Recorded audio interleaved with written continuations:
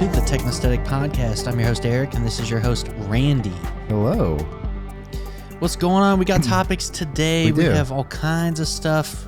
Steam Deck, Samsung Galaxy S22 Ultra, Tab S8 Ultra. Is it Ultra? I don't even know. Tab S8, Cybertruck stuff. We're going to talk about Steam Deck. There's a lot of stuff. Steam Deck, dude. There's a lot of stuff to talk about. So we're just going to roll. We're just going to start off talking about Randy's weekend, dude. How was your weekend, dude? It was exciting, man. Yeah? Was it? You know, Was it? didn't make any purchases. I just kind of, Wow. Okay. Wow. live my life, dude. That's crazy. You're don't Yeah, lie right? to me, dude. Dude, All right. I didn't lie Oh to yeah. You know It was what? really hard to hide it from you, man. Real like, quick. Like, yeah, real dude. quick, dude. We're already messing up because we're not supposed to say "dude" anymore. Okay. Dude, how many times We did already say it? messed up. Did I mess up or did we both mess up? Okay. Well, we definitely both messed up. So, all right. So, Damn it, dude. no dudes. On the no podcast. dudes, no This my is our- guys. we do it to each other. This is one thing we talked about offline. We're like, oh my gosh, we say dude every second. We do. And I had friends call me out on it. I had and to was almost like, stop yeah. myself from saying it there. Okay, Yeah. so welcome to the Dude Free Podcast. Yeah, I'm your there's no host, more of Randy. This is my those. boy, Eric. Yeah, I what's said up? boy. That's That's yep, okay. You can say substitute words. Yeah, my guy.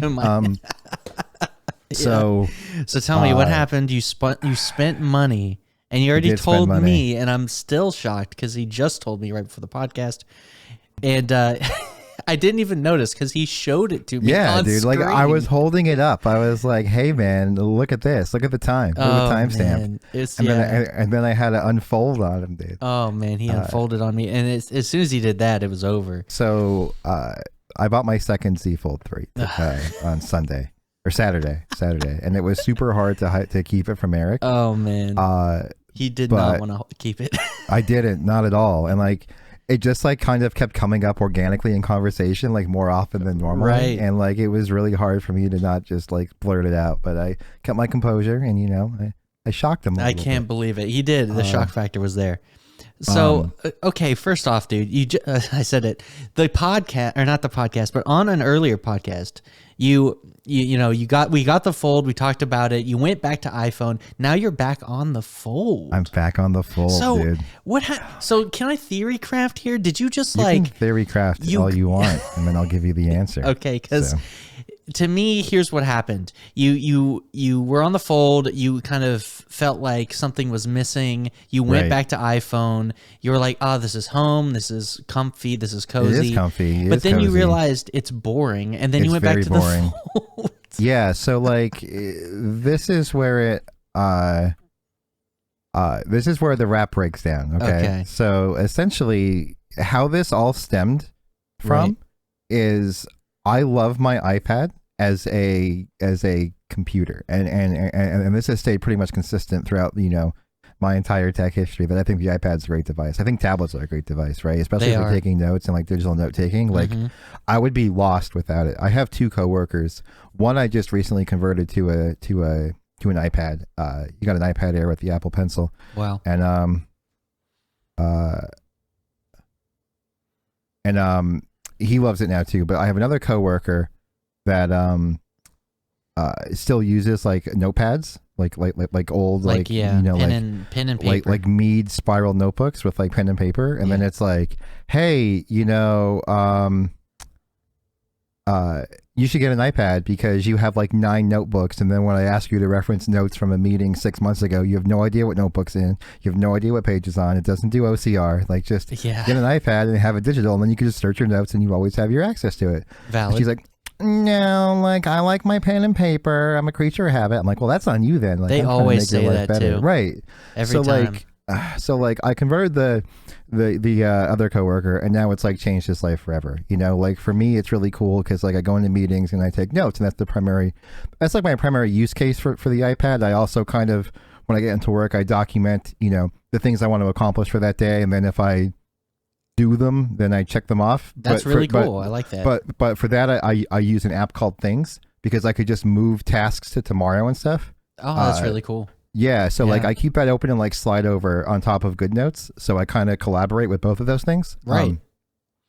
So yeah, it's a great device for me. But you know where I don't like the iPad?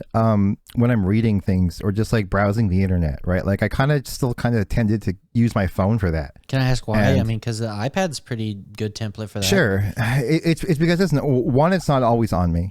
Okay. So like I'm a creature of lazy. So if it's on my desk and I'm on the couch, right, I don't want to get up to get it.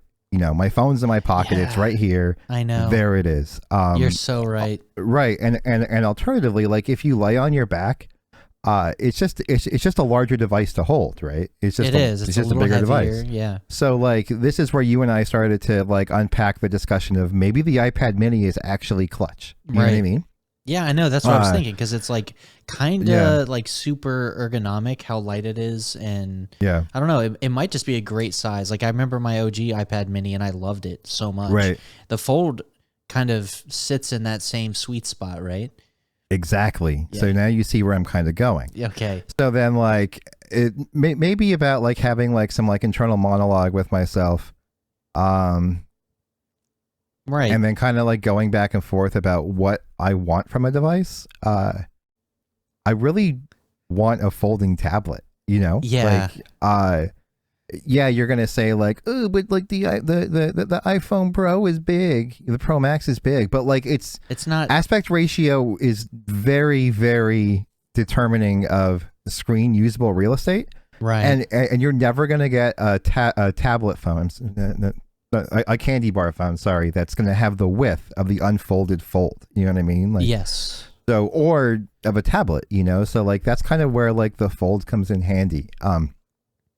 Yeah. You know, sorry, go on. I was just going to say, you know, let me ask you a question, because this is one of the things that, that I ask myself, and I'm not sure what the right answer is, but like, to me, I find that the Z Fold 3, the form factor, and I'm just going to show the camera off.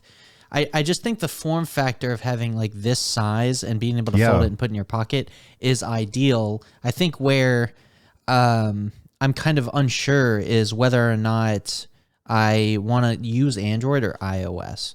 And so I asked the question, do you think if Apple made a folding phone in this form factor, you would stay Apple, or do you think the Fold... Ooh, tough question. With the way Samsung handles like their foldable and their software combined with Android, do you think you would go with one over the other? And obviously this is a hypothetical. Very hypothetical. So here's what scares me, okay? Right. I like my Fold a lot. And I like it for reasons that I can't do on an iOS device. Yeah. Those reasons are the multitasking, even on iPad OS, is not as good as on the Fold. It just isn't. Right. The persistent applications in the background. Like for me, when I walk around my house and or like I go upstairs, or like I'm in the family room, or I'm in like the shitter, for example. Right.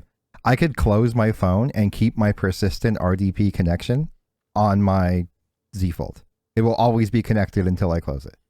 I could turn off battery options. Yeah. So like I was kind of talking to this about a friend the other day, like unrelated to like Z Fold. It was kind of just like an Android thing versus an Apple thing. So like, right.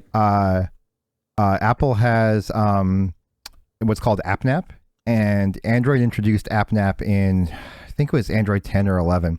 And essentially what that is it basically says, hey, if this app is in the background for X amount of time, put it into deep sleep. And that's great for standby life, right? So Android introduced their version of AppNap in Android 10 or 11, but Android lets you take it one step farther, and it lets you go into the settings and remove individual apps from their AppNap algorithm, right? Wow. So like you can go into RDP and then click on never optimize, and then it'll just let it run indefinitely until you manually close it. Right. So things like having a persistent RDP connection, you'll never have that on an iOS or iPad OS device, just because Apple doesn't trust its users. You know what I mean? Right. So, okay, yeah, I mean that's valid, and that really goes to show how on Android you can make it into something very powerful, and iOS is kind of limited by what Apple allows you to do on its platform. Right. So, you know, that's a really good question, because like I do like iOS and I do like iPad OS and their home. Right. But there are things that I do on my Z Fold that I could not do on anything other than Mac OS that Apple makes. Right. So that's kind of where I'm torn. Like, will I get better battery life on the Apple Fold? Yes. Will I have better application support? Yes. Will I be able to do everything that I want to do on it? Probably not. Right. And that's kind of where I'm at, right? You know, like and this kind of stems back from like, you know, like my water incident with my computer, and then me potentially, you know, testing out the M1 Max and seeing if I can make that my workstation. And I think if I did go that route, I probably would be that sucked hard into the Apple ecosystem. Right. But like things have kind of changed for me a little bit. And, you know, a big driving factor of me wanting to go back to the iPhone was I missed the watch. But it turns out that like, I bought the Series 7 stainless steel watch, which, by the way, that reminds me, I had to call Verizon and cancel my my $10 a month sub for it. Right. But after work, I would just take the watch off, so I wasn't even really using the watch anymore. Like that time, right, where I had an Android phone in between, like these next steps. I kind of grew less attached to the watch, and I found myself using it less. And I think you were kind of in the same camp too for a little bit, right? Like you kind of... Yeah, so what I did was, I'm actually wearing the Galaxy watch right now, but I ended up kind of just getting tired of having it charged and having to take it off for work. So I ended up just putting my mechanical, like my automatic watch on and just rocking that, like a classic watch. And like that was fun for a while until I kind of missed the fitness features. So, you know, if I'm doing a Beat Saber workout, having to have my watch, being able to have those fitness features, I kind of decided I would go back and put the watch on. And so I've been wearing it, you know, I'm back to wearing it, and it's not bad. I feel like they've put out enough updates to it to where it doesn't have like the weird issues that I had initially. Sure. So I don't know. It's solid, you know, and it's functional, but it's not as good as the Apple Watch, but it's still great. Right. And like to your point, you know, I think the Apple Watch is the gold standard, but if I was on iPhone right now, I wouldn't have used it right now. I'm not going to let the watch determine the platform I'm on. Let's just say that. Like the watch isn't so important that I absolutely need to be on iPhone for the watch. That's where I'm at right now. So it's not about, like, I will deal with the subpar, like not even subpar, like it's good. You know, the watch experience on Android side is good. These Galaxy watches are good. They're just not as good as the Apple Watch. And I was like, I think what it was, you know, I just remember how solid it was, the Apple Watch. And so it's been a while since I've used one, but I don't know, man. I don't feel like it's a deal breaker anymore not having it. So yeah, that's kind of where I'm at too. Yeah. So interestingly enough, you know, and we kind of brushed on this a little bit, is now the Z Fold 3 also supports wireless DeX. And like, you need to try it out to the podcast if you haven't yet, because wireless DeX works insanely well. Okay. Like insanely well. And there's a Mac OS wireless DeX client. That's excellent. So I would use DeX quite a bit. Just for certain applications and for games, and like just to throw them up on my screen, because I have a couple of mobile games I play. Sure, and I would use wired, but it'd be nice to just perfectly for that. And like for me, you know, like I SMS probably more than you do. You know what I mean? Yeah. So like for SMS, it would be so like for me, broken. I could just like connect my phone wirelessly via DeX when I get home, and then put my phone somewhere in the corner on the charger. Yeah, and then I could just, you know, kind of just text from my computer, and there's like no latency, there's no delay. I mean, like there's like a slight latency, but like nothing you would notice just doing normal task. So quick question on it. So wireless DeX, how do you start it up? Do you have to do anything from your phone? So all you do is you download the DeX like desktop app, and you start it, and like you know where it says like connect your phone to your computer using a USB cable? Yes. Just leave it on that screen, and then click DeX from your quick menu. Yes. And then and then click connect to PC, and then you'll see it searching, and you'll see your PC host name come up, and then you just click connect, and you're done. Wow. Okay. And then I can totally sit it down on my wireless charger, and you could put it anywhere in the house you want as long as it's connected to the same Wi-Fi. That's really cool. I like it. Yeah, and like I've been using it consistently for the past couple of days, and it's never dropped connection once. And Sunday, I even had it connected for almost 8 hours because I was just chilling on my computer playing games. So yeah, it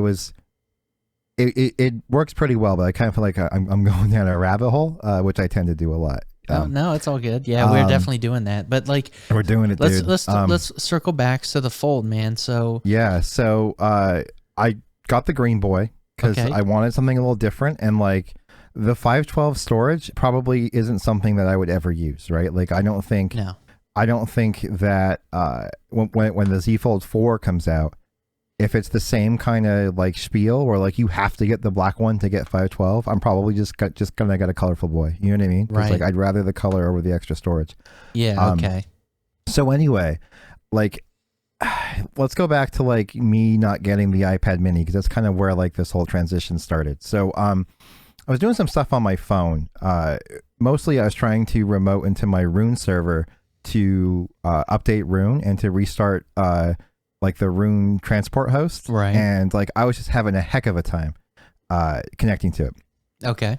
And then like I would have to text like someone, or I would jump out for a second, and then I would go back into RDP, and the connection would be dropped because that app was deemed in the background too long. You know what I mean? So like little things like that just started to irritate me. Okay. And that's why, you know, I put such emphasis on the persistent apps on Android. So like I was like, well, you know, like maybe I'll just get like an iPad mini and I'll keep that on me, and then I might you know, just kind of use that as like my administrative device. And then I forget what it was. I think I was watching a Linus Tech Tips video, and I saw he still had the Fold. He does. And I was like, oh man, look at that thing. Like that thing is really convenient. You know what I mean? Like that thing just looks like exactly the device I wanted, you know? And like, so I was like, so like at that point, you know, I kind of did some like introspective thinking, and I was like, all right, you know, Z Fold 4 is coming out. That's what I'm going to get. Then I kind of had to like plant the seed with Kelly, you know, and be like, oh, you know, they're getting the Z Fold again, you know, and then literally the next day, my mom texts me and goes, "Can you look at my phone? The speaker isn't working." So you know, I checked that out, and it turns out it actually isn't working. Right. So she has an XS Max or whatever, and like it works on speakerphone, and like the handset speaker does work, but it is insanely quiet, like literally like whisper quiet. So and like she can't have that, right? No. Like she's a mother and her woman. Her nights consist of talking to her girlfriends on the phone. Right. You know what I mean? So my options were I either just get her a new phone, or I give her my 13 Pro and buy myself a Z Fold 3. Nice, man. The excuse came out of nowhere. Yeah. And like, you know how we are with like instant gratification? Yes. Well, Samsung.com has a same day pickup for Best Buy stores. So I literally bought it and got it the same day because they have same day pickup for Best Buy stores. Wow. And they had the Green Boy, which is the one I wanted. So it worked out well. It was a win. I don't have a case yet because I bought a case online and it didn't ship yet. But it feels so good to be back. And like, I will say that Android 12 feels like a more consistent experience. Like, have you tried the picture-in-picture on YouTube Vanced yet? No, I haven't. Where it could be any size and you can put it on any part of the screen. That's incredible. Well, I mean, I'll try it right now. So like, I got a video, and then I'm gonna unfold, and then I'm gonna swipe. So what do I do? Just pinch it? Oh, it did work. Wow. Yeah. Just like that. And then any size you want, dude. That's any size. I can make it like half the screen if I want. So isn't that awesome, dude? Yeah, that's really cool. Yeah, that's kind of like a game changer to me. The new privacy tab is pretty cool. Like, if you were doing something, you know, it has 2 software-based kill switches for microphone and camera, and they're separate. So like, you could just kill them into like just blanket disable them for everything temporarily if you wanted to. Oh, very cool. And then it has a whole bunch of like under Samsung privacy and stuff, where like it'll show you what last used your location, what last used your calendar, what last used your camera, for how long, did it record anything. Like the additional privacy tab is kind of cool for like stats for nerds, right? That came in Android 12. So you know, it's pretty awesome. And now Samsung just came out starting with the S21, so the Z Fold 3 is included if anyone out there has a Z Fold 3. that they're going to do updates for 5 years. Wow, seriously? Yeah, 5 years, man. That's like unprecedented in the Android space. So that's really good. Like really good. That's Apple competitive. Yeah. So I mean, things are looking pretty promising. You know, the S22 seems like a banger of a phone, but it doesn't fold, so it's not in my pocket. Yeah, of course. And the rumors around the Z Fold 4 seem really awesome. You know, it's going to have a S Pen stylus or a S Pen stylo apparently. Really, and, like built in? Yeah, like built in. Wow. The only caveat I've seen is it might be like a flatter pen, like a carpenter pencil. Okay. Which I'd be fine with that. I'd be fine as long as it's solid. But like that's the rumors right now. And the other rumor I heard, I'm not sure if you've heard it or not, but there's going to be 2 Z Folds. No way. So there's going to be the Z Fold, the Z Fold 4 because they want to bring the price down, right? And then there's going to be a Z Fold 4 Ultra. What? I mean, this is speculation. I'm not like saying this is fact, but then the Ultra will like inherit the cameras from the S22 Ultra. It'll have a bigger battery, potentially bigger screen. They're talking about making it a little bit wider for the Ultra. Yeah, so I mean, the wider would make sense. That not only for the unfold, but if they're going to put a pin. Yeah, so because they don't want to really shrink it, make the battery smaller, because people were complaining, like on the subreddit, that like if they do put the pin in there, the battery is going to be compromised, and they don't want that. So like make it bigger, you know? Yeah. So essentially, because I think it could be bigger and be fine in my pocket. Yeah. Right? So again, what the rumors are is that I honestly expect the Z Fold 4 to be very similar to the 3, just a lower cost price point, and with the Snapdragon 8. Yes. But the rumors for the 4 are it's going to inherit the cameras from the S22 Ultra, and it's going to be slightly wider. Okay. So you'll get a more wider aspect ratio when you unfold. Wow. And the cover screen will also be wider as well, and it'll also has the silo. This is awesome. Or have a silo to has an S Pen. So. Wow. I mean, that sounds really exciting. Again, just rumors, just rumors. But here's another thing: is I don't really plan on getting the next Fold. If they make big changes like that, I might be tempted because Samsung, they do really decent trade-in offers. So I bet you I could trade in my Z Fold 3 here, and get a pretty good value out of it from Samsung. So I don't know. They will definitely tempt me because Samsung trade-ins. Really, you're gonna get one just because I could tell you right now that the Z Fold 3 trades in on an S22 Ultra for $900. Wow.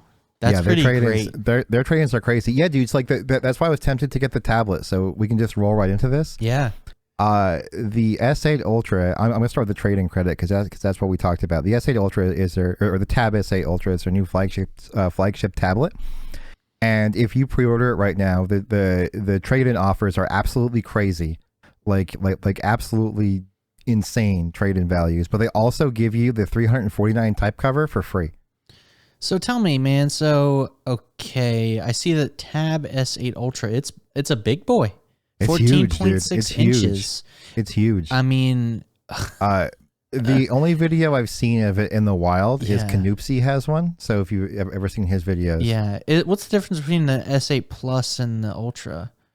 I want to say screen size and battery and RAM. Okay, so is the Ultra actually more powerful is what I'm getting at? Or is it just like they all have the Snapdragon 8, like the latest processor. But I think where it varies is screen, battery life, RAM, and storage and size. Up to 16 gigs of RAM, 512 gigabytes memory and storage. Fingerprint scanner on screen fingerprint. Ooh. Yeah, it's got an under display fingerprint sensor. It has dual front facing cameras.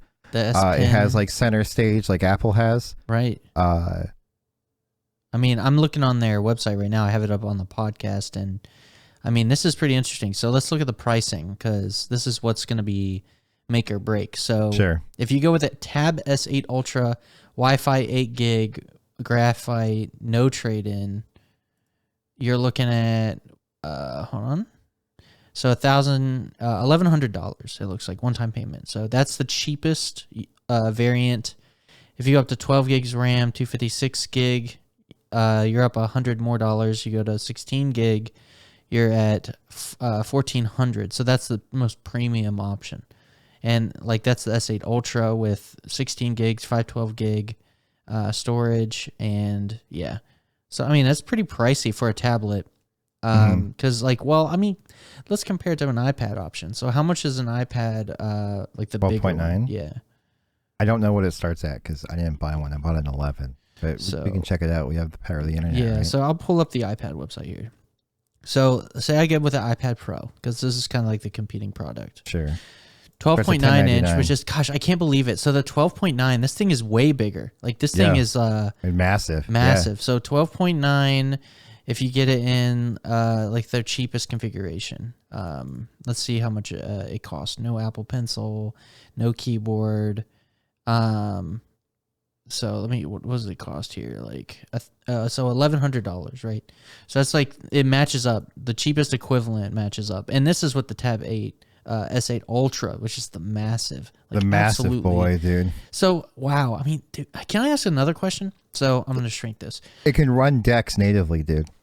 I love that. I've seen how nutty is that, I've seen dude? people run Dex natively on these large tablets. I think that's really cool. Like, you're kind of getting natively into like with the, if you, I wonder if the keyboard and stuff, like you could use a keyboard and mouse legit on these and have like almost a desktop like experience. That's really cool. So can I ask another question? So you were interested in maybe getting the S8 Ultra, right? So why? Because like you talked a lot of shit about the 12.9 inch iPad. It did. It did. So what changes? Is it just like, ooh, big screen, pretty pixels? I feel like 15 inches kind of gets in that territory of like, it's so obnoxiously large that it becomes cool again. Yes. You know what I mean? Yes. Like it's like it's past the point of reasonable. It's just obscene. It's just obscenely awesome. Right. Yeah, exactly. You know what I mean? I think that it would be awesome being on the couch, dude? Like with this fucking TV in my hand. Yeah, dude. Light, you know pretty I mean? light. Yeah. Like it's like one of those things where it's like, all right, you know, like if you look at the Tab S8 Plus, you're like, all right, 12-inch screen, that's a little too big. Maybe I'll get the smaller one. But then you see a 15-inch tablet, and you're like, that's just ignorant. Do they have these at Best Buy on display or anything? Well, they're not out yet. Okay, so they're Best Buy may have one on display. My Best Buy doesn't. My Best Buy has an S22 Ultra out, and that thing is blindingly bright. Okay. Oh man, dude. Oh really? It's 1750 nits. That is super bright. Oh man, that's. I really want to see, because I want to see this for myself. I don't want to buy it. I want to see it. So what tempted me is I would get $550 trade in. Right. For my iPad 11. Okay. So the 256 S8 Ultra would cost me $649, and it would come with a $349 keyboard. Okay. Wow. So theoretically, if you factor that in, because you only get the keyboard if you pre-order it, I would be getting like $849 trade in on my iPad 11. Wow. You know what I mean? Like that's kind of maybe good, maybe. But you know what's going to ruin it for you, man? There's no good notes. There isn't. There's no, and I didn't have time to see if there was like a competitor. Well, you know, they're gonna build in their Samsung Note app, which is not best. You know. Yeah, just so like what's really important to me is like I'm trying to think what the word is like multiple notebooks. You know what I mean? Because like I use my iPad for work. Like you have a notebook for.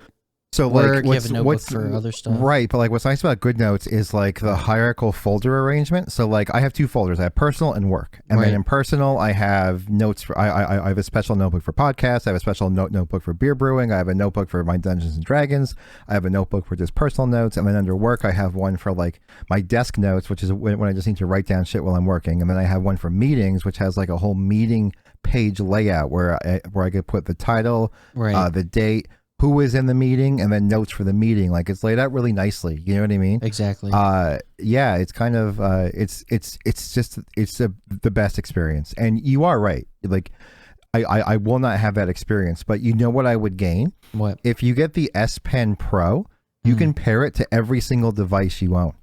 Really?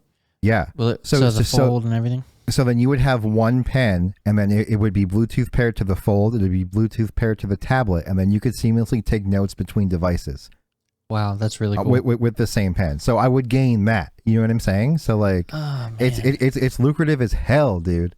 I mean, and then plus you would get a tablet that just runs native Dex. So let me, I'm really curious because Samsung, they've nailed like the. Pull up that video for a second. Like, just watch the one I put in Element. Like, just when he holds it up, dude. Like, look at the size of that thing in his hand. Like it's just obscene, dude. Hold on, I'm gonna put it up on the for the podcast to see. So, oh my gosh, it's huge. It's big. Oh my gosh, dude, get out of here. Wow, and you know what? It seems. I mean, it's big, but he's like holding it. Like, it's not that heavy or anything. No, he said it's actually very light, and he said, I mean, I know if this is like a sponsored video or not, but he said that it feels better in his hands than the 12.9. It has a notch. It does have a notch. Look at that thing, dude. It looks but the clean, bezels are like really. They're crazy small. Yeah, they're almost non-existent. Yeah, like see him holding it up like that, dude. Like how cool does that look? Like look at like 40 seconds in Dex mode. No, 40 seconds. All right, yeah, he's just holding it up, and there it is, Dex mode. Wow. You know what this looks like? I hate to say this. It looks futuristic as hell. You know, doesn't it, dude? With like the way he was using Dex mode there, like doesn't it? It just with the windows, but like actually decent. Yeah. Wow, that's right. Impressive. I got to say, like I've kind of written off, not Samsung specifically, but any kind of Android tablet for a long time. But this might be a game changer. I don't know. It really depends on how well the apps work on a screen that big. I don't know, because you're dealing with Android apps, and like they haven't really historically been the best when scaled. So I'm really curious, and I'm gonna have to watch a lot of reviews because I want to know if this device could fill that void for me, that tablet void. Because right now I have like an old iPad, and like I use it, I share it with the family, but I don't use it that much because I don't know, man. I just don't. And I've kind of felt like this is a discussion we should have, is like, I feel like the more I use Android, the more I can't leave it, because I'm so used to this open platform where I can do whatever I want. Like you were saying, you can customize it any way you want, and not just like in a trivial way. Like you can make it so apps don't go to sleep. You can make it so like in a crazy way. Like the multitasking is nutty. The being able to run third-party apps like YouTube Advanced is nutty. I'm gonna give you another timestamp if you don't mind. Go for it. Go to like 518, because like that's kind of like the iPad experience to an extreme, because he's doing 3 windows there, right? So that's even more than the iPad allows you to do with 2. Okay. And then he instantly switches to Dex mode, and like look at the difference, dude. All right, so I'm watching him swipe between. That's cool. You can resize everything. Yeah. Wow, it's really fast. And then look at Dex mode, dude. So he hasn't dexed yet. Okay, wait. Hit the Dex button. There it goes. There's like a transition, and bam, everything's in a window now. Tell me that's not busted, dude. Wow. I mean, that's cool. I wonder how the window snapping is in Dex. Isn't that awesome? But yeah, I mean, it's beautiful, I got to say. If you get this will be very interesting because, you know, obviously you've been an iPad user for a long time. I have been. My iPad's my life companion. So. You know, this thing looks very, very cool. And I admit I'm very tempted to get a device like this for around the house, and maybe even just throw in my bag, because it's just awesome looking, and I admit that. But like, I want to know, you know what, I have a question. So this is random. This is really random. I'm thinking about use cases for a device like this, and you know how I've been wanting to go dual monitor? I wonder if there's like an app that will allow an Android tablet to act as like a monitor, like for Windows. I wonder if there's an app for that. You know how like you can sidecar? Kind of like sidecar. Yeah, but I wonder if there's like an Android option. No. There's a universal option that works on both. Oh, okay. I mean, is it poo-poo or is it? I don't know. I don't have any first-hand experience with it. Okay, so the reason I bring that up at all is I've been in the market for one of those portable. You know, on Amazon you can buy those portable monitors that are like USB-C. And I've been looking at them, and the OLED ones are pretty expensive. They're like $800. And I was like, what if I instead buy this tablet? and then run that app because I don't really need it for latency, right? I just need it for TeamSpeak and like other random stuff like Element.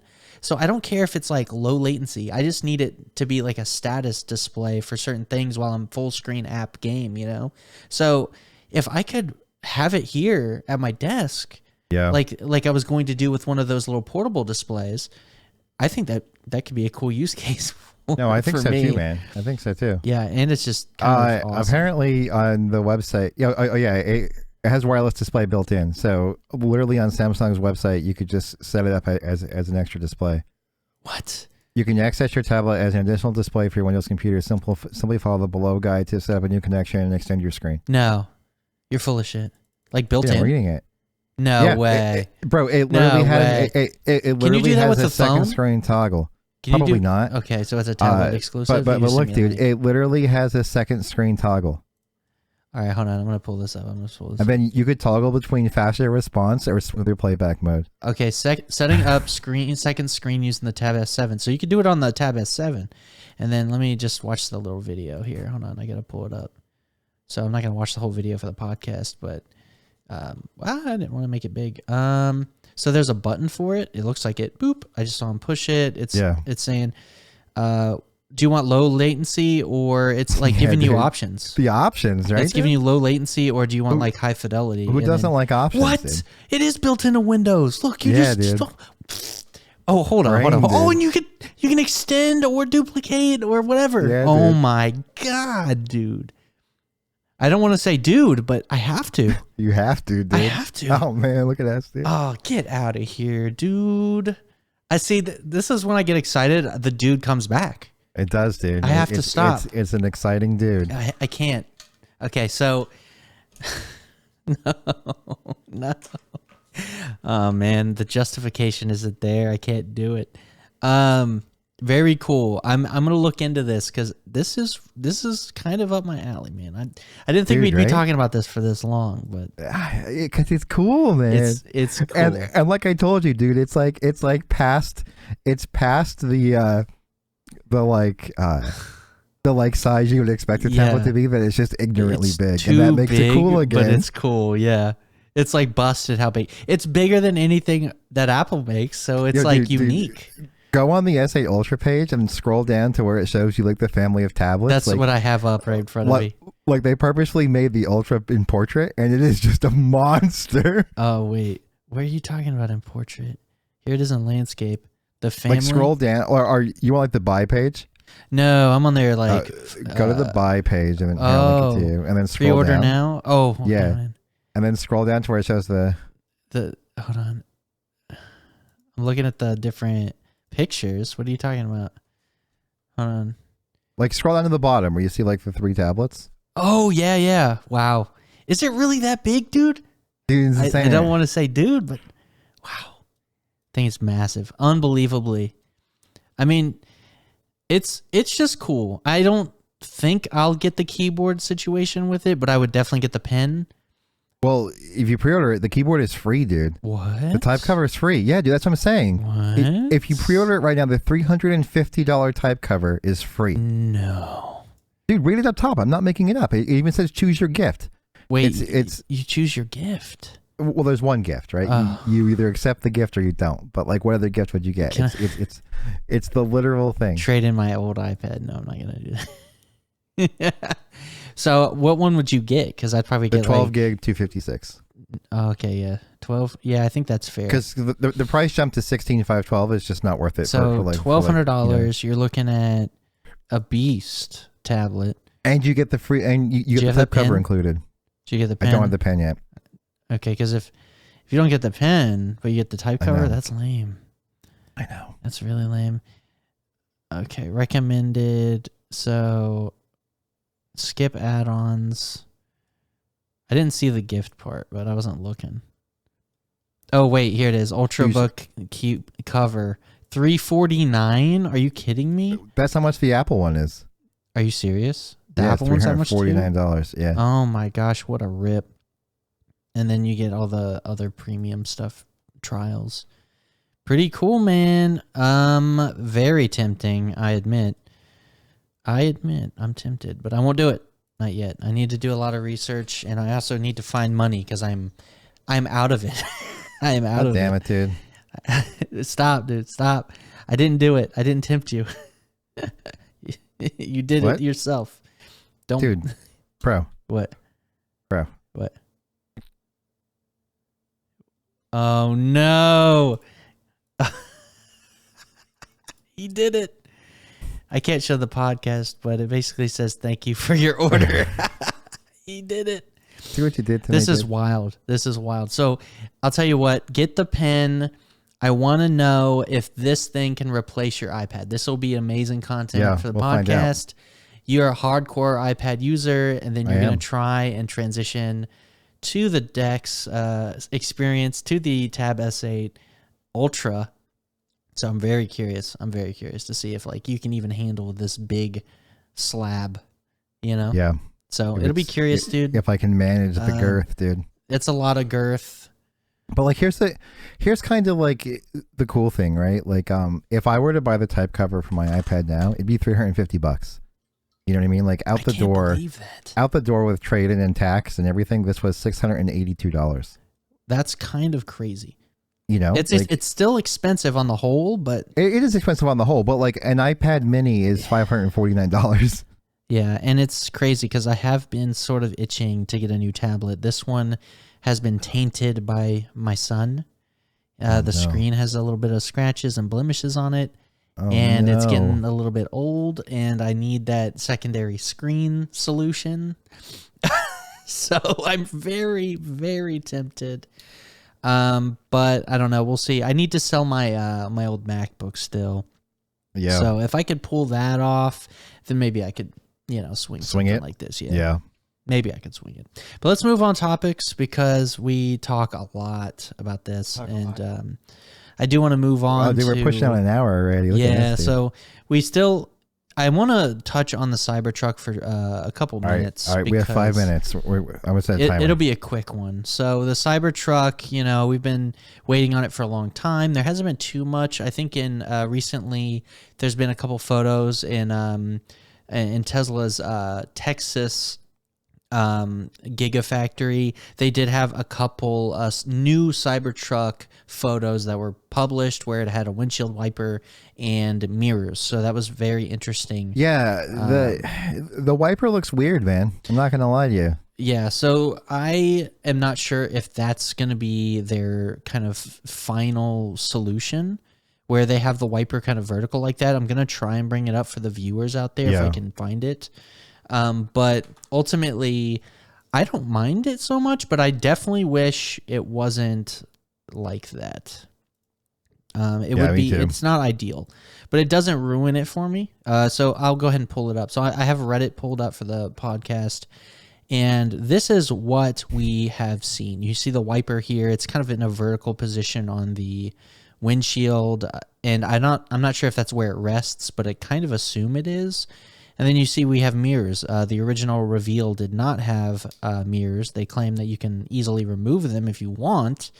But this is the current state of the Cybertruck. And you can also see that the really, really cool wheels that they had at launch, they're not here either. Or at least they're saying that wheel covers could probably go on there and make the similar look. So I'll say that, you know, if that's the condition of the Cybertruck right now, how are you feeling about it? And also, like, what's coming out recently that's making you even worried about the Cybertruck?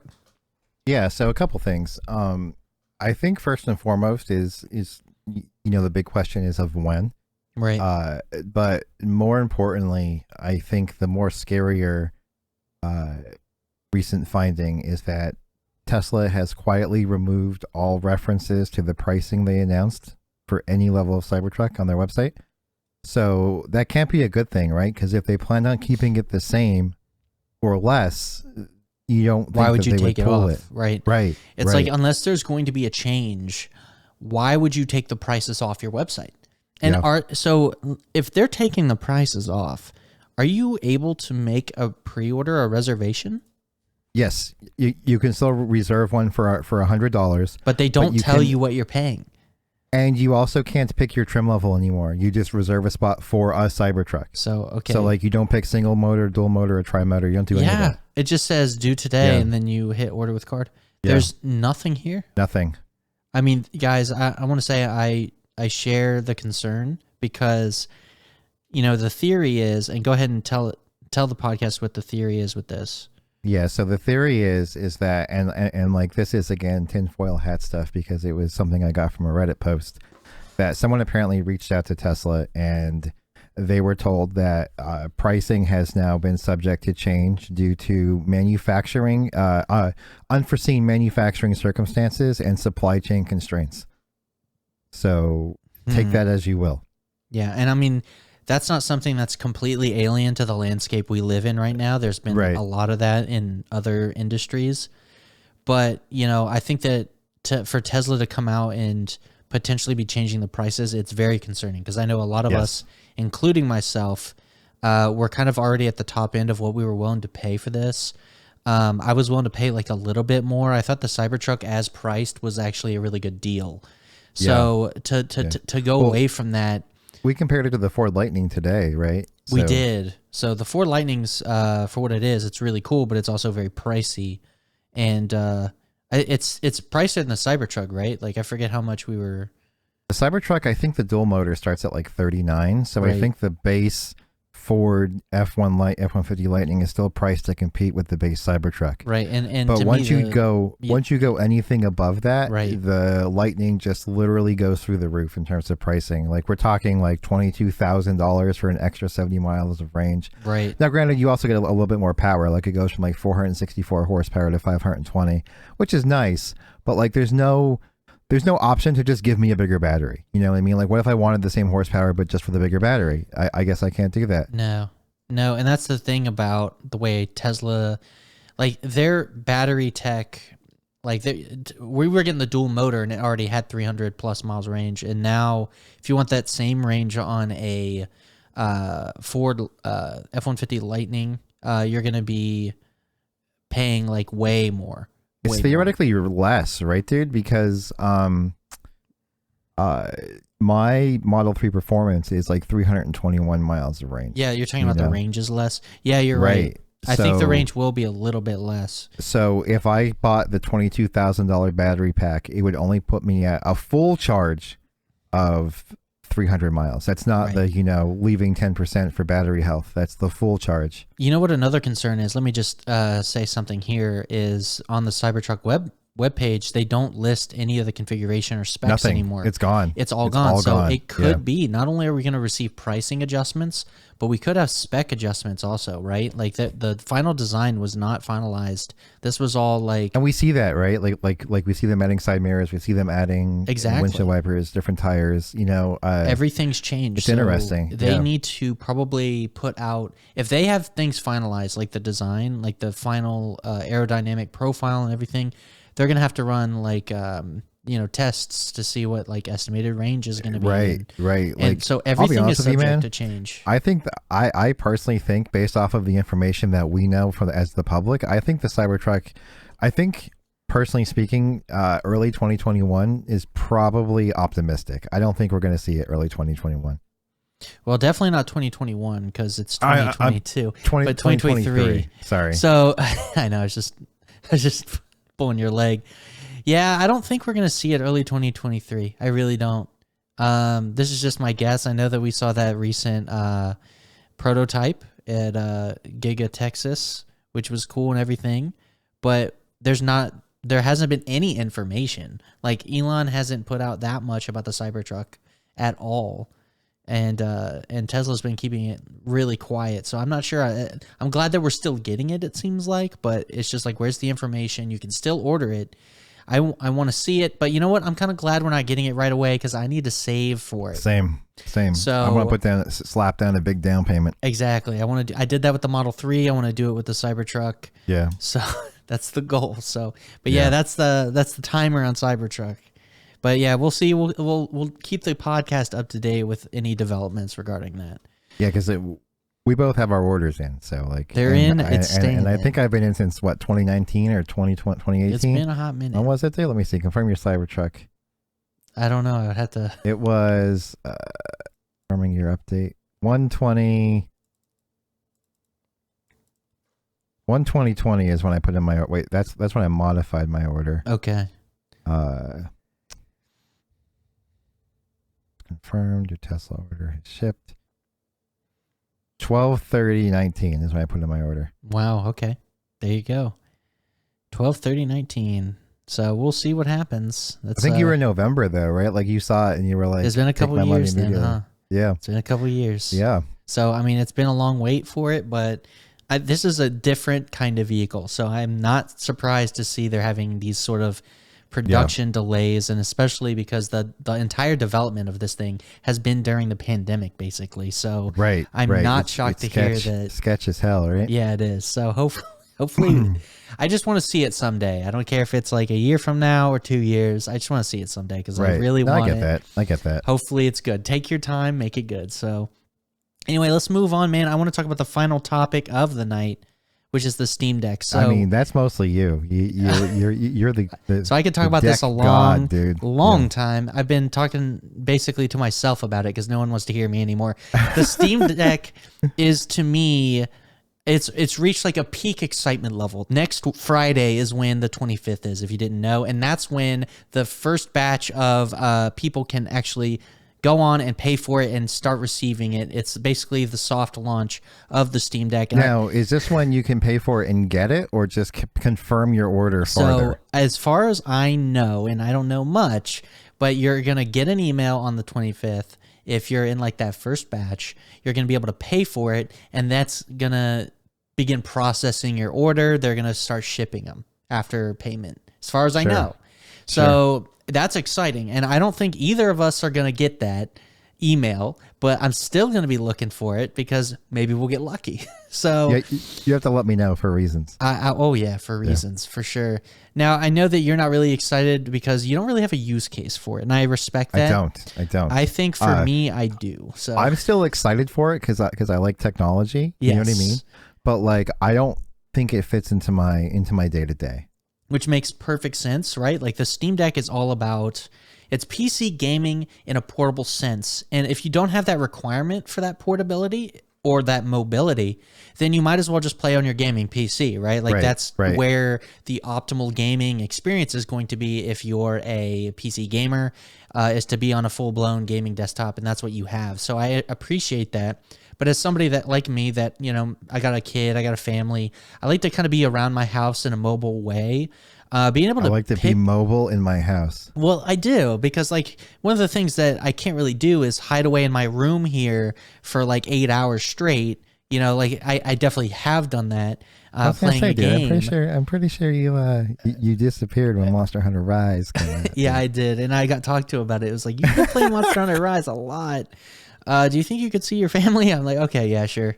Yeah, so, maybe I could. But think about it. If I had the Steam Deck, I could play Monster Hunter Rise and see my family at the same time. Yeah. Now on the Steam Deck, so like I'm gonna pick your brain a little bit, dude. Please test your knowledge. Please do. So like, if I'm running SteamOS, like that's what it ships with, right? Is correct. That the official name, SteamOS? Yes. Could I download TeamSpeak on SteamOS and then also talk on TeamSpeak under SteamOS? Well, it depends. So is there a Linux client for TeamSpeak? Because I think there is. I think there is too. So if there's a Linux client, then you probably can. Yeah, there is. So there's a Linux 32 and 64-bit clients. So you should be able to just download them straight from the TeamSpeak's website and deploy it. Deploy it. So you should be able to get things. Actually, here's another thing that people talk about is flat packs, which are kind of like an easy way to install apps. And people are saying that maybe you'll be able to deploy these flat packs on SteamOS, which is really convenient because it's almost like an app store like experience. So explain flat packs to people. So I don't know much about it because this is new to me as well, right? But the flat packs, it says the future of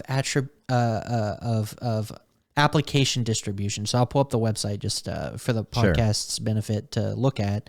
But basically, it's a way for you to deploy apps. So there's a website called flathub.org where you can just download apps, and they have a couple here that are just like your common boys. But one of the things I think people will do for the Steam Deck specifically is get like Discord. They might get things like VLC if there's no built-in video player, Firefox. So I can have like Firefox and stuff. Yeah, exactly. Okay. So there's just random stuff. OBS is here. There's a Minecraft client. There's a various amount of like tools, utilities, and things that people might want to download easily, Blender, whatever. So it gives you an easy way for you to deploy stuff to your Linux distribution. So I think from what people are saying that you'll be able to use these to deploy third-party apps and stuff. So it's going to make installing these things like TeamSpeak. I don't know about if TeamSpeak's on here. Let me see. Okay, they do. So they have a TeamSpeak. I just searched for it. So TeamSpeak 3, and I don't know if this would actually work or anything because it's unofficial, right? Like somebody built this, community built this Flatpak. So it might not even be the latest version. I see what you mean. But, it's very possible that that's going to work right out of the box, and that'll give you an easy way to deploy it, but it won't be the only way. So, So I think that it'll work, man. And you're going to be able to do that with things like Discord. For most people, I think Discord would be the one that a lot of people are going to use. So that's pretty cool. Yeah. So here's a couple things about the Steam Deck I kind of want to just put out. So put it out there, dude. I think it was today. Proton 7.0, 7.1 has been released. So there's been a lot of cool updates to Proton. Which, if you're not in the know about Proton, it's gonna be the compatibility layer to allow a lot of your Windows games to work inside of SteamOS, which is Linux, right? So it's going to be that compatibility layer. They've done a lot of stuff. I'm showing the podcast this link here, and I'll just send it to you for your benefit. But it's basically the patch notes for the announcement. And they've been adding a lot of enhancements and fixes for certain random games. They've updated things like the new version of Wine. They've fixed a lot of issues with certain games like Mass Effect Legendary Edition. They even, I think one of the bigger ones is added support for easy anti-cheat if game has enabled a Linux module. So that's huge. It is huge because one of the biggest things that a lot of people want is like Apex Legends. There's, I think Ark might use, Lost Ark might use easy anti-cheat. I'm not sure. Lost Ark definitely does because it takes forever to load up. I don't know if you've noticed that, dude. It does. It takes forever. So there's been a lot of games that they use these anti-cheats, like Apex Legends is one that a lot of people are talking about. And they list, I think Apex is going to be coming to the Steam Deck because a lot of people are speculating that it's coming, and they've seen kind of things to indicate that it will. So this is what I think is huge, and Valve's been very aggressively verifying their games library for the Steam Deck. If you look at the ProtonDB .com homepage. I saw a Reddit post that like all of like those like not safe for work 18 plus games, like a lot of them are getting Steam Deck verified, and they're like, dude, some guy's sitting at Steam right now getting paid to test these games out. I know, that's so true. I've been seeing the memes also. It's hilarious. So it's all those, like, because Steam has a lot of those games on it. I ain't gonna lie to you. So it's pretty funny. If you look at the Steam ProtonDB.com website, you can see that right now we're at a deck verified number of 270 games, which is basically double from what we've seen like last week, which we were in the hundreds. And now we're over double that, and that's deck verified like 100%. But deck then verified, under playable, 100% deck verified. Yeah, 100%. It'll work on your deck. Deck verified, dude. So, and that means that work you have that deck, dude. Ooh, work that deck. It's really good.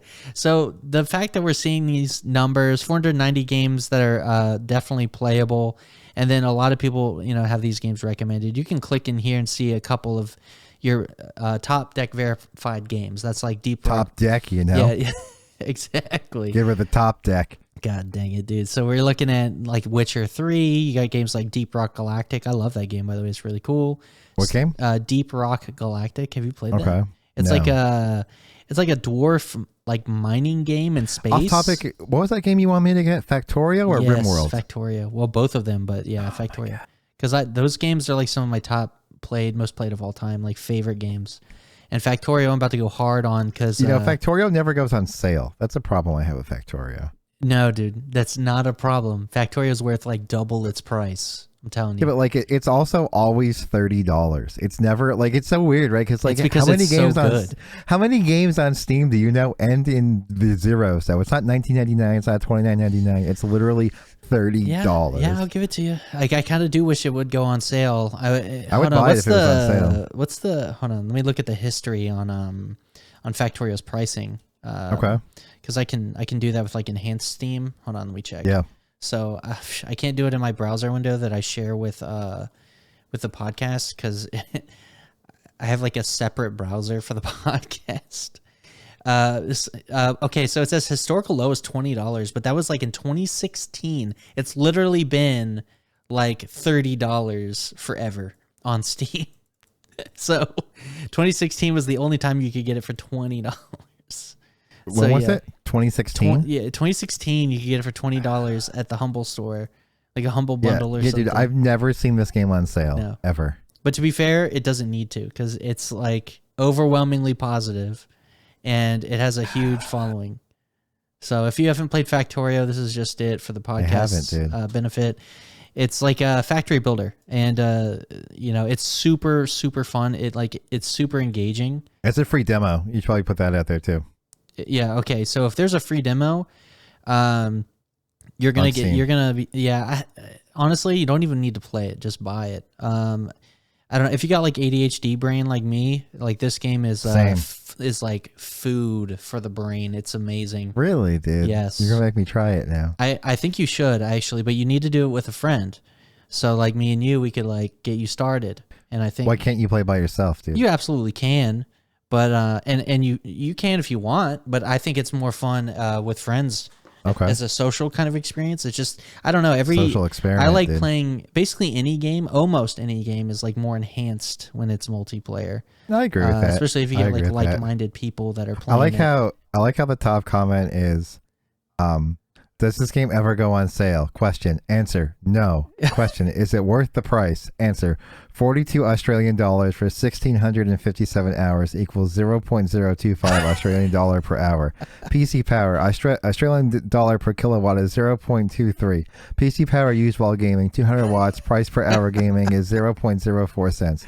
Just to run my PC to play this game cost me double the price of the game. Yes, it's worth it. Oh my god! Did the math? That's the top comment. Did the math? Oh my gosh! I'm gonna pull that up. That's amazing, Timinator, dude. Oh man, I can't upvote it because god dang it, I'm not logged in. But yeah, that's amazing. The other top comment is I am an engineer in real life and I approve of this game. I actually do more engineering in game than at my stupid job where paperwork and dealing with people's crap become more relevant than the science itself. Yes. Why does that sound so relatable? I know, in dude. IT even. Tell me about it, man. So unbelievable game, I gotta say. And the modding, this is where PC reigns supreme. The mods are unbelievable. The mods they add so much to the game and they don't break the game also. It's just like, how is this handling these mods? It's unbelievable. So and it just takes base game and basically turns it up to 11, and it's just insane. So Factorio is one of my you should definitely get it, but it's gonna run on the deck. I know Factorio. I don't know if it's like. It doesn't seem like something that would run with a controller well, or does it? Well, no. So that's one thing about the deck is you might have to interface with the touchpad. So I'm really curious how a game like Factorio, that wouldn't traditionally be a game I would imagine playing on the deck because there's so much like keyboard and mouse focus to that sort of game. I'm not saying you can't do it. It's just like not really the traditional way to play it. So I don't think personally, even though I could play it on the deck, I don't know if I will. I'm really curious because it's kind of games like that are really going to push whether or not the touchpads on the deck are good, Right. Because if they're good, it might be great. But I haven't seen like touchpad interfaces be like that good unless it's an Apple product. So we'll really see. But here's the thing about the Steam Deck. It's getting very exciting. I think 3 big YouTubers, they recently had their Steam Deck hardware reviews. So you had, Linus Tech Tips, Gamers Nexus, and a guy, The Fox. I don't know much about him. I don't know. It just says The Fox on YouTube. I don't know who that is then. So it's, I have, here, I'll link it to you. But link me, dude. So they basically all had their Steam Deck hardware reviews, and they, because of the embargo, they couldn't get into the software, which is a big part of what makes the Steam Deck magical. But they did go over Steam Deck and did. They went over a lot of stuff regarding, the hardware, the buttons, the layout, how it performed, and I think we're really looking at a great product here. That people are very happy with the cooling solution, the battery life. It's honestly really, really good. The only people that might have had a couple criticisms, the vibration motors and the trackpads, they're not really that great according to Linus Tech Tips, but the Fox says they rolled out a firmware or a patch or something like that, and it's improved. So Nice. since that initial review from Linus, so it may be that the haptics will improve, but I know Linus is doubtful for that because he thinks the problem is the underlying vibration hardware. And it might be the case. That makes more sense though, right? It does. You can't vibe something that doesn't vibe. It's true. But they might be able to do some software tweaks to really take advantage cool. of the characteristics of the vibration motor. And it's possible they could make it work well. I'm not sure. Another thing is, I know the button placement is difficult for Obtuse. Linus in the trigger department. So he said that he can do it, but he's kind of got to shift his hands in a way that he normally wouldn't. It's not as ergonomic. And for his wife, he said that the face buttons, the actual A, B, X, Y, were a little bit harder to push for her, but. Regardless, I know Linus personally said that he is not upset about the buttons whatsoever. Like it's half the price of its really only competition, right? Mm-hmm. So he can't complain. Like he even said one of the things that we talked about is the screen being a problem, and he said there's deep enough blacks. Like it's not going to be the Switch OLED, but it's deep enough blacks and colors. And it goes really dim. I think I saw that too, but he complimented on how dim it goes. Yes, and that's when I think that's really a testament to the attention to detail that Valve has put into the Steam Deck. Yeah. Because a lot of these devices, they can't go dim enough. Right. They hit like a minimum brightness, but it's still too bright, and that's one of those things. If you're in a bright boy area, well, if you're in a dark room, right, and you can't turn it down like enough to where it's not like blowing you out. Like if it's a pitch black room, maybe you're in your bed at night, you don't want to blast the whole room with like a really bright screen. So the fact that it can get dimmer than the rest, that's very impressive. Now, while I would like it to be brighter, it seems like it's bright enough. So we'll really see, because I know we're both sticklers on screens, whether or not it satisfies us, but it did satisfy Linus. After they ran it against some calibration tools, it looks like it's not like the best when it comes to accuracy. It looks awful if you look at the calibration chart. It covers like 58%. Yeah, of it looks DCI-P3. terrible on the calibration, which is odd because according to Linus, like visually, it looks fine, and I think that's a little contradictory to what the calibration is saying. Yeah. So we'll see. Yeah. We're a little bit more critical, I think. Maybe we'll see. Whether or not the screen satisfies us or not. But I will say that, for it being half the price of its competition, maybe I will be okay with it. Another thing that I think is very fascinating that recently just got unleashed on the Steam Deck in a software update was the FSR global enforcement, basically. So you can turn on FSR for games that don't support it. And if you're unfamiliar with what FSR is, it's the Fidelity FX Super Resolution Upscaler that AMD uses. And that's really nice with the Steam Deck in a couple reasons. One of them is you'll be able to run games at a slightly lower resolution, have it upscaled to its native resolution, and then get a performance gain there, right? Which, with the Steam Deck, it's already a little bit starved for performance in some games. Like if you're trying to hit that 60 FPS target and more demanding games, especially as newer games get released and, they're more and more demanding, then you're going to want to be able to play those games into the future. So having something like Fidelity FX... I actually wanted to ask you about that a little bit. So when you use something like FSR, which obviously doesn't have DLSS, but I'm more familiar with DLSS. Right. If your native res is already like 720p, yes. Like what's the source going to be on that, dude? Well, that's the thing. So it can't go significantly lower than that. Right. That's what I mean. So it does. So where's the benefit come in? So and how big is the benefit? This is a good point. So the Fox specifically put out a video talking about FSR, and he was basically like, if your game is a GPU intensive game, then there are gains to be had by running FSR. But if it's a game that doesn't really, it's not like a super GPU intensive game, then don't even bother with it, because you're likely because a couple negatives with FSR is text rendition goes down the drain. Like it's really bad with text specifically. So, and the finer details, obviously. So if you have text and stuff like that, apparently that's going to be impacted negatively with like something like FSR. So that is a shame. But, you know, at the same time, it depends. Your game might really need FSR. So it's something you can toggle, I guess, at any time, it seems like. And it works kind of at not really the OS level, but it can work on any 3D accelerated game, regardless if the game supports it natively. And I think that's the key, is you can to be able to just flip it and see how it kind of compare, you know, A/B tested almost. And see, well, okay, I'm getting, you know, solid 60 frames. Maybe you weren't quite hitting it before. Another big reason FSR is good is you're going to get battery improvements, right? Like say you had a game that could hit 60 before, but now you turn on FSR and now your power draw is maybe significantly less. So now your battery life lasts longer. Mm-hmm. So FSR is kind of a vital technology. And I know personally, I think you agree, DLSS would be like an ideal technology because FSR is not DLSS. I agree too. Yeah. Like DLSS is AI accelerated, whereas FSR is kind of dumb. And so it doesn't even compare to what DLSS can do. Right. So ultimately that would be like the best case solution, but we don't have an AMD solution that's AI upscaling. And I think that's a real shame. I think that's a big boon for NVIDIA is they have that and then AMD doesn't. So we'll see. I'm glad FSR is there. I just wanted to say that is a awesome option that Steam Deck users get. Another thing.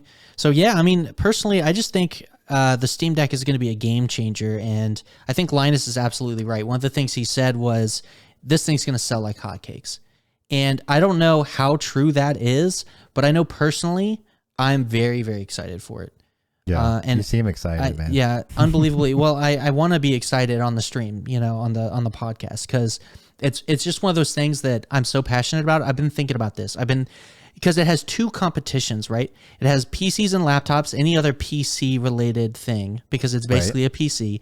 And then it competes with consoles, because it's like a Nintendo Switch, but it also competes with like even mainstream consoles, because it can hook up to a TV and stuff. Now, like they're a little bit different. Like the Switch is one thing I like to compare it to a lot. Because like think about this. I love comparing it to the Switch, because this thing completely destroys the Switch in a couple big ways. One of them is Nintendo Online. You got to pay to be able to play multiplayer online on Nintendo Switch. But PC, you've never had to pay. Like, that's one of the things the console's been bending us over about. It's like just playing even online multiplayer on a console is nickel and diming you, because you have to pay a subscription service to be able to just play multiplayer. That doesn't matter on a Steam Deck. Another thing is, like, it's an open platform, dude. To be able to play like any kind of homebrew on a console, it's just a nightmare. Like, you have to have the console hacked, and like it's just not something you can really feasibly do. And so these closed ecosystems have big negatives. For example, if I want to play retro games on a Switch, like I'm basically forced to pay for this subscription service, right? Like you don't like licenses. This is another thing is like how many years have we been using Steam? Like how many years? Well, I got it when it first started, like the day it first started, and I just got my.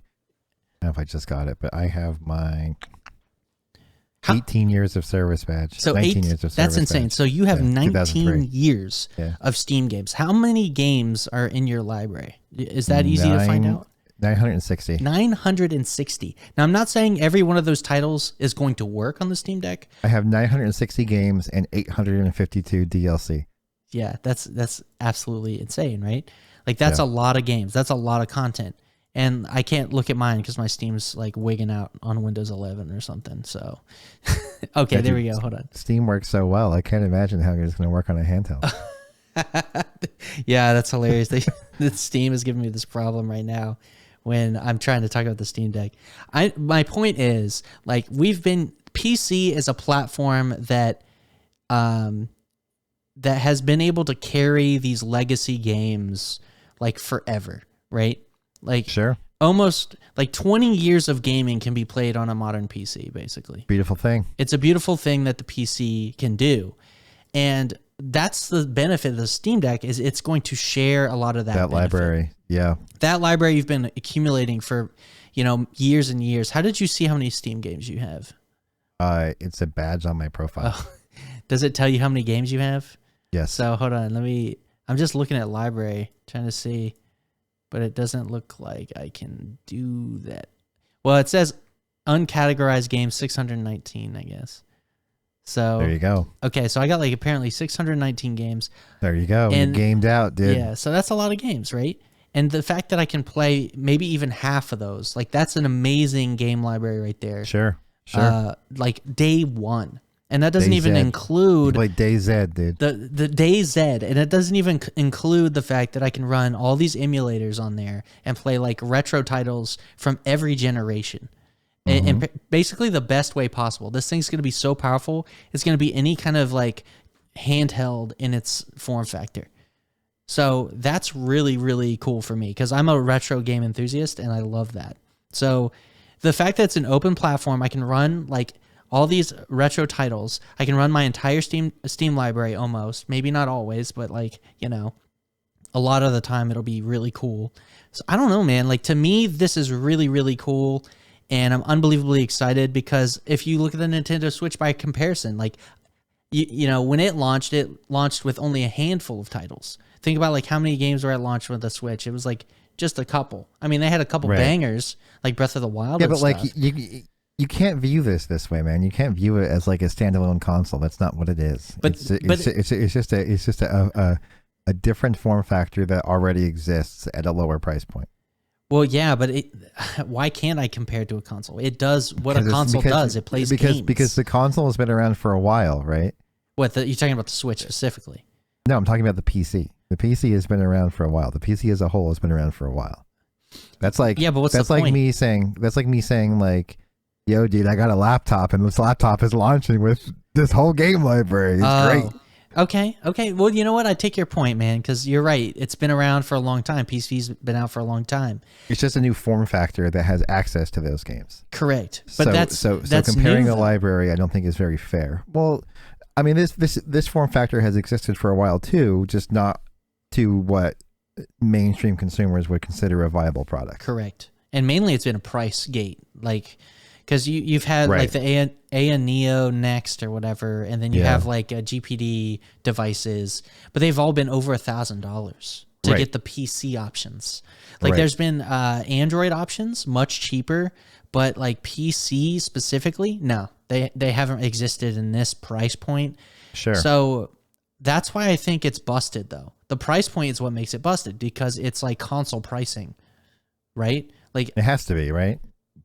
I mean, does it? Because I think so. To be successful, you think so? I think the main barrier to entering any form of new technology is price. I mean, we can come back and look at the foldables. You know what I mean? Yeah. So let's talk about price then. I think that the killer feature of the Steam Deck is its price. Yeah. So I think that, well, here's the thing. I think Valve has put their best foot forward with this device because not only is the price a really good deal. I can't state that enough. Compared to anything else in its category, it's a really good deal. Yeah. Not only that, but it actually offers you probably the most robust input options out of any device. I think it's a really good deal if someone just wants to play PC games and they can't afford or have a PC currently. Well, that's also a potential market for the Steam Deck. I think so. As if you're wanting to big PC market, game, because you know what, I saw people on the Steam Deck subreddit. They were like, "Well, I got a Mac, and I want to play PC games, but I don't want to build a PC. So can I just get a Steam Deck?" Yeah. And they were like, "Yeah, I'm gonna do that." There was a couple people on there that were like, "We're Mac users. We want to play our PC games. We don't want to build a PC. We don't want a laptop. We don't none of that." Right.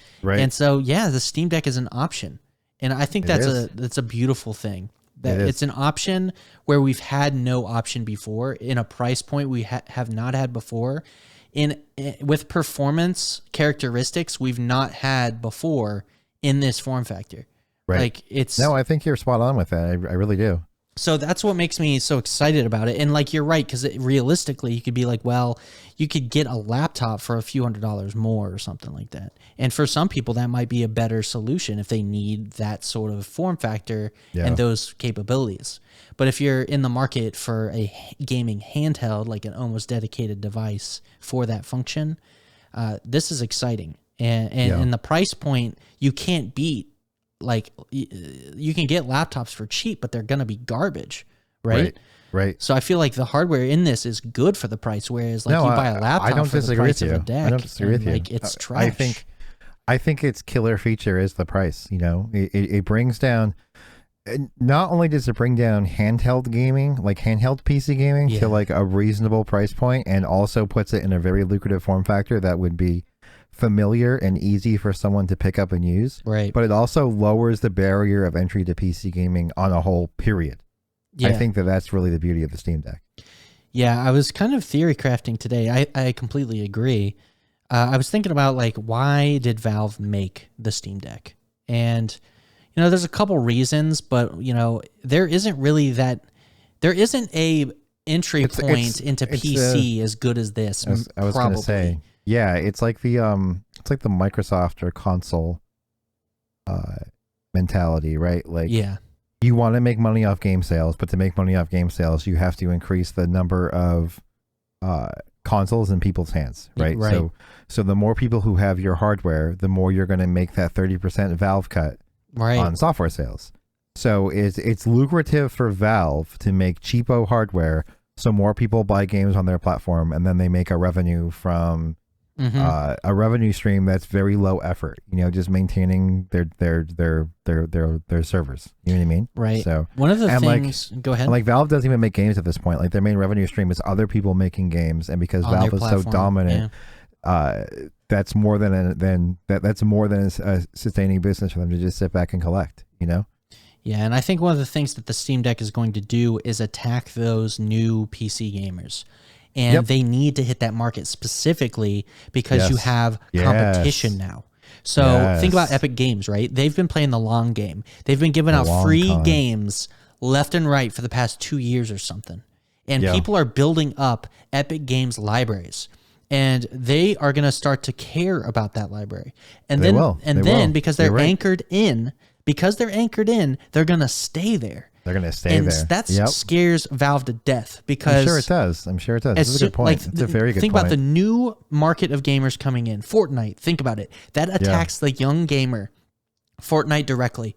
And those gamers are going to be gamers for like the next 20, 30, who knows how many years. They want to lock them into the Steam platform. If you can attack the entry point by getting the low cost option to be your option, and then you get the younger gamers, you get the newer gamers to be in your ecosystem, suddenly you have lifetime gamers, and that's where you're going to make the most money over the long term. So makes sense. Like that's where I was like, maybe the Steam Deck is that kind of tool for Valve to get it's that like price a fishing point. rod, right? Yeah, like they're catching whales, dude. They're catching whales. Yeah, so I completely think that might be part of it.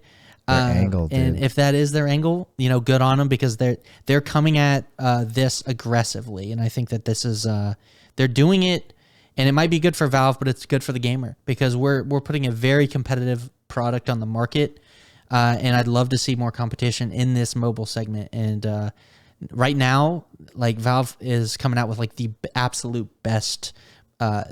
You know, they're gonna basically dominate this category of device as soon as it launches. Oh, I think so too. Yeah. So that's why I think it's going to be a big deal. Whether or not it's going to be a mainstream option, a lot of people are saying, "Well, you're not going to see these at Target, Best Buy." I don't know if that's the case because it's probably I don't know if it'll break what we call mainstream, but I don't know. We'll see.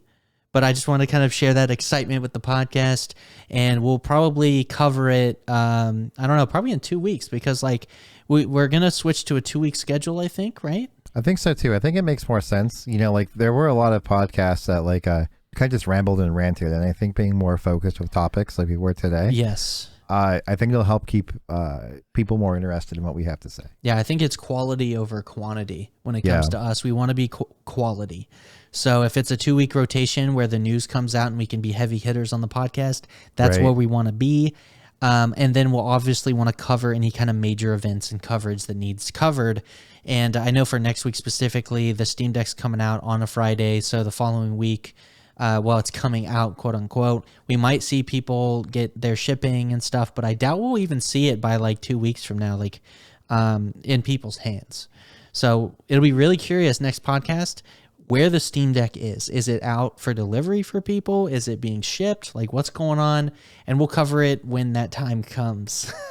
But yeah, I don't know. I just wanted to share my excitement because I know personally I'm very excited. Randy's not. Well, he is, but I'm not. Excited, but I'm realizing that it's not a device for me. Yeah, it's gonna be cool. It's gonna be awesome. I'm gonna put all kinds of games on it. Yeah, I'm gonna be nerding out on it. It's gonna be fun. Anyway, so that's been basically the podcast. Any last words, man? I don't. I actually kind of enjoyed this one. I think it was back to routine. You know what I mean? Back to routine. It's a feel good thing. The podcast feels good to do. Yeah. So anyway, that's been it. Thanks for listening and watching the Technosthetic podcast. Pod boy. Check us out on YouTube at our Technosthetic YouTube page if you want to watch it, not live, but if you want to actually watch it in our video content. Check it out. Check out technosthetic.com, our website where we post nothing, but we got information and links to all the places you can listen. And send us an email. Leave a comment down below. Tell us how'd you like it. And we'll see you guys next week or next 2 weeks on the podcast. Later.